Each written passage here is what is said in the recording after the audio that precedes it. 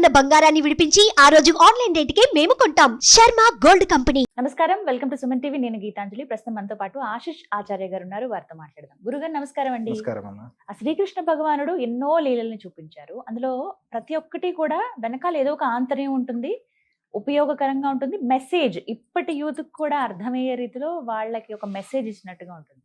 అలాంటి లీల ఏదైనా మాకు వివరిస్తారా? తప్పకుండా అమ్మా. ప్రతి ఒక్క లీలలోనూ మెసేజ్ ఉంది. ఉంది. అయితే యమలార్జునుల గురించి మాట్లాడుకుందాం ఈరోజు. యములార్జునుడు. యమలార్జున భంజన అని ఆయనకు పేరు. అవును.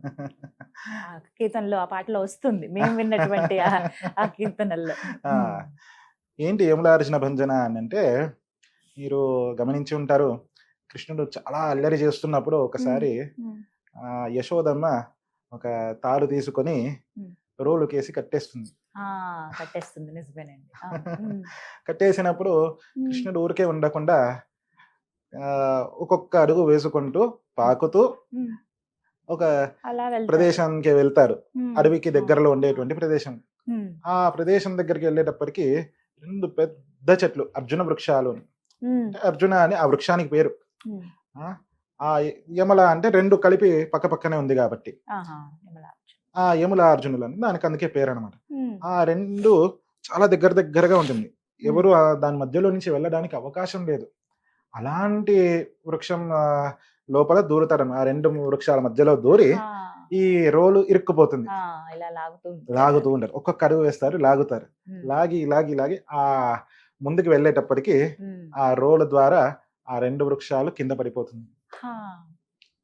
మొత్తం రూట్స్ తో సహా పైకి వచ్చేస్తుంది అనమాట.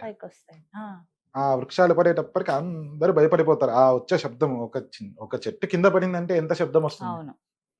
ఆ శబ్దానికి అందరు భయపడి ఏమైంది ఏంటి అనేసి చూస్తే కృష్ణుడు అక్కడ ఆడుకుంటూ కూర్చున్నాడు. ఇది వినడానికి మనకి ఇంత బాగా అనిపిస్తుంది, విశేషంగా విచిత్రంగా అనిపిస్తుంది. ఇందులో ఆంతర్యం ఉంది. అసలు ఏంటి ఆ వృక్షాలు ఏంటి అని మనకు సందేహం కలుగుతుంది కదా. దాని యొక్క ఆ వృక్షాలు ఎవరు అని తెలుసుకొని, అలాగే ఆ వృక్షాలు మన దగ్గర ఉందా, ప్రతి మనిషిలోనూ ఉంది ఆ వృక్షాలు, దాని గురించి మాట్లాడుకుందాం. అయితే ఈ యములార్జునులుగా ఉండేటువంటి ఆ 2 వృక్షాలు కుబేరుడి యొక్క కొడుకులు. పూర్వజన్మలో కుబేరుని యొక్క కొడుకులు ఇద్దరు కలిసి నదీ స్నానం చేసేటప్పుడు నిర్వస్త్రంగా, వస్త్రం లేకుండా స్నానం చేస్తూ ఉండిపోయారన్న. అదే సమయానికి మహాత్ములైనటువంటి నారద మహర్షి ఆయన ఆ సమయానికి నదీ తీరానికి వస్తారు. సంధ్యా సమయానికి సంధ్యావందనం చేసుకున్నాను. వస్తూ ఉంటే వారిని చూసి ఒక నమస్కారం చెయ్యలేదు. అంతేకాకుండా ఎవరైనా పెద్దలు వస్తున్నారన్నప్పుడు అలా నిర్వస్త్రంగా ఎవరు ఉండరు. సాధారణంగానే నదీ స్నానం నిర్వస్త్రంగా చేయకూడదు, నియమం ఉంది. అయితే ఎవరైనా అలా కనబడుతున్నారు అంటే ముందుగా వెళ్ళిపోవాలి. అక్కడ వాళ్ళిద్దరిగా అలా నిర్వస్త్రంగా కనిపించకూడదు. వెళ్ళకుండా అక్కడే నించున్నారు. అంతేకాకుండా అవమానకరంగా వాళ్ళని చాలా దూషించే విధంగా, అంటే ఓ నారద మహర్షి వచ్చారా, రండి రండి, మీరు కూడా రండి, మాతో పాటు స్నానం చేద్దరు, ఆడుకుందాము, అలా ఆయన మామూలు మనిషిగా చూసుకొని చేశారు కదా. అది అవమానం. అది ఆయన స్థాయి ఏంది, దేవర్షి ఆయన. అలాంటి వారిని ఇలా అవమానం చేసేటప్పటికి భరిస్తూ ఉన్నారు. కారుణ్యమూర్తులు ఋషులు అంత తొందరగా శాపాలు ఇవ్వరు, భరిస్తూ ఉంటారు, చూస్తూ ఉన్నారు.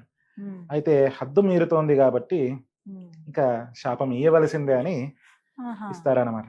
అలాగే వాళ్ళు నిర్వస్త్రంగానే ఒడ్డుకు వచ్చి పైకి వచ్చి నించునేటప్పటికి ఇంత మహర్షిని నేను ఎదురుగా ఉన్నప్పుడు నిర్వస్త్రంగా ఎటువంటి మొహమాటము లేకుండా ఎదురుగా వచ్చి ఏ విధంగా అయితే చెట్టుకి నేను వస్త్రం కప్పుకున్నానా లేదా ఏంటి, ఏ విధంగా అయితే దానికి ఎలాంటి చలనం ఉండదో అలా చలనం లేకుండా, మీ మనసుకి చలనం లేకుండా నా ఎదురుగా వచ్చారు కదా, ఇలాగే ఆ చలనం లేకుండానే 2 చెట్లుగా మారిపోండి మీరిద్దరును అని శాపం ఇస్తారు.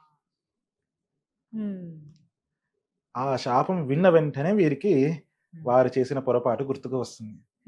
వెంటనే నమస్కరిస్తారు. నమస్కరించి క్షమాపణ వేడుకుంటారు. అంతేకాకుండా ఆ శాపాన్ని వాళ్ళు మీరు శాపం, ఎందుకంటే మహాత్ముల నోట శాపం వచ్చినా అది వరమే. కాబట్టి ఇంతటి మహానుభావులు మీరు, పెద్దవారు, మీరు ఇచ్చిన శాపాన్ని మేము స్వీకరిస్తామండి. కానీ మేము చేసిన పొరపాటు మాకు ఇప్పుడు తెలిసి వచ్చింది. దయచేసి మా పొరపాటుని క్షమించండి. పశ్చాత్తాపం చెప్తారు కదా, పశ్చాత్తాపాన్ని మించిన ప్రాయశ్చిత్తం లేదు. ఉండదు అంటారు. అవునండి. అలాగా ఆ పశ్చాత్తాపానికి చాలా కారుణ్యమూర్తి నారద మహర్షులు. ఎందుకంటే ఋషులు అంటే కరుణ, వాళ్ళ యొక్క ఆభరణం ఋషులకి. వెంటనే ఆ నారద మహర్షి చెప్తారన్నమాట, నీవు చేసిన తప్పుని నువ్వు అర్థం చేసుకున్నావు, తెలుసుకున్నావు, పర్వాలేదు, మంచిది. అయితే మీ శాపంతో పాటే మీకు వరం కూడా ఇస్తున్నాను, స్వీకరించండి. మీరు అదే పనికి వెళ్ళాల్సిన అవసరం లేదు. ఆదిదేవుడు శ్రీమన్నారాయణుడు కృష్ణుడిగా అవతరిస్తారు.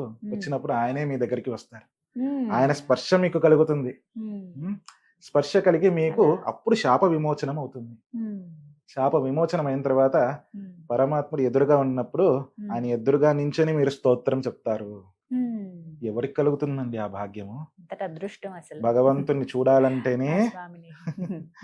అయితే ఆ విధంగా వారు చాలా సంవత్సరాలు, కొన్ని యుగాలు ఎదురు చూశారు.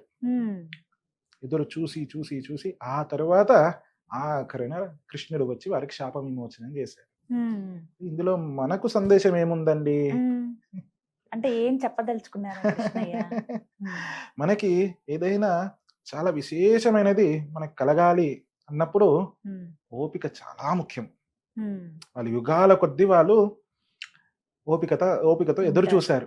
అంతేకాకుండా ఇంకొక సందేశం, చాలా ముఖ్యమైన సందేశం ఇంకొకటి ఏంటి అంటే, మనకంటే పెద్దవారు వయస్సులో గాని, వారి యొక్క ఎక్స్పీరియన్స్లో గాని, అంటే మనం పుట్టి వయసునే కాకుండా జ్ఞానంలో గాని, అనుభవంలో గాని, అలాగే ఎవరైనా మనకంటే పెద్దవాళ్ళు లేదా స్థాయిలో గాని, ఇప్పుడు పీఠాధిపతులు కొంతమంది ఉంటారు, వయసులో మనకంటే చిన్న పిల్లవాళ్ళు అన్నట్టుగా కనిపిస్తారు. వారి స్థానం ఏంటి? వారి పీఠానికి అధిపతులు. ఎంత తల్లి తర్వాత తండ్రి కూడా ఆ పీఠాధిపతికి నమస్కారం చేయవలసింది. అందుకే ఆ స్థానానికి అలా వారిని చూసి, వారు ఏదైనా మనకు శాపం ఇచ్చినా, అలా పెద్దవాళ్ళు ఎవరైనా సరే, శాపమనే కాదు, ఎవరైనా ఒక కోపంగా ఒక మాట అన్నా, ఇప్పటి కాలంలో మనం అంతా ఏం చేస్తాము, వెంటనే అదేంటి నన్ను ఎందుకు అంటున్నారు, వాడుగా చేసింది, మనము ఇమ్మీడియట్ రెస్పాండ్ అయిపోతాం, రియాక్ట్ అయిపోతాం. రెస్పాండ్ కాదు, రియాక్ట్ అవుతాం. అలా రియాక్ట్ అవ్వకూడదు. పెద్దవాళ్ళు ఏమైనా చెప్పారు అంటే అందులో మనకు మంచి ఏదో ఒకటి ఉంటుంది. అది మనకు చిన్న విషయంగా అనిపిస్తుంది, ఎందుకంటే సాధారణంగా అందరూ చెప్పే విషయమే అనిపిస్తుంది, కానీ కృష్ణుడు ప్రాక్టికల్ గా చూపించారు ఈ విషయాన్ని. అలా వాళ్ళు ఆ యమలార్జునులు ఇద్దరు కూడాను నారద మహర్షికి ఎదురు చెప్పలేదు. వెంటనే వారు నమస్కరించి స్వీకరించారు. ఆ విధంగా స్వీకరించడం వారిద్దరే కాదు, సాక్షాత్ కృష్ణుడే స్వీకరించాడు. ఎవరి దగ్గర? గాంధారి దగ్గర. గాంధారీదేవి శాపం ఇచ్చినప్పుడు, అమ్మా నీవు 100 మంది కుమారులని పోగొట్టుకొని ఆ కడుపు కోతతో ఉన్నదానివి, ఆ బాధలో చెప్పావు, తప్పకుండా స్వీకరిస్తాను, ఎందుకంటే నీవు కూడా నాకు తల్లితో సమానం అని ఆ స్థానాన్ని ఇచ్చి స్వీకరించారు. వయస్సులో కానీ, అనుభవంలో కానీ నా తల్లితో సమానురాలని అయినటువంటి దానివి, నా మేనత్తకు అక్కవి, కాబట్టి నీ శాపాన్ని నేను స్వీకరిస్తున్నాను. అలా పరమాత్ముడే స్వీకరించినప్పుడు మనం ఎంతటి వాళ్ళము? ఎవరైనా ఒక చిన్న మాట, ఏదైనా మనం తప్పు చేసినా చేయకపోయినా ఆ సమయానికి వారి కోపము ఉన్నప్పుడు ఆ కోపాన్ని శాంతించడానికి ఆ టైంలో మనం స్వీకరించి, తర్వాత వాళ్ళు శాంతించిన తర్వాత వారికి నచ్చజెప్పాలి. కాదండి ఆ సమయంలో ఇలా జరగలేదు ఇది అని చెప్పుకోవాలి. అదొక్కటే. అయితే ఇంకొక విషయము, మనలో ఇందాక చెప్పాను కదా, మనలో ఉన్నాయా 2 చెట్లు అని. మనలో ఆ 2 చెట్లు ఏమిటి అసలు? అహంకారం, మమకారం. నేను అనేది అహంకారం, నాది అనేది మమకారం. ప్రతి మనిషిలో ఉండేదే. అహంకారం ఓకేనండి, అది ఎలా అయినా సరే పోవాలి, మనిషికి ఉండకూడదు. మరి మమకారం ఎందుకు ఉండకూడదు? అవును, మరి మనకు మమకారం ఉన్నప్పుడు ఆ ప్రస్తుతానికి మనము మన ఎదురుగా ఉన్నటువంటి ఏదైనా ఒక చిన్న ఈ వాటర్ బాటిల్ కానీ ఇది నాది అని అనుకుంటాం. ఎవరైనా దాహంతో వస్తారు, చాలా దాహంతో వస్తారు. మన ఎదురుగా ఉన్నప్పటికీ మనము ఆ దాహాన్ని తీర్చడానికి ఆ నీళ్ళని ఇయ్యలేదు అంటే మనం చేసింది తప్ప లేదా మంచి పని తప్పే కదా.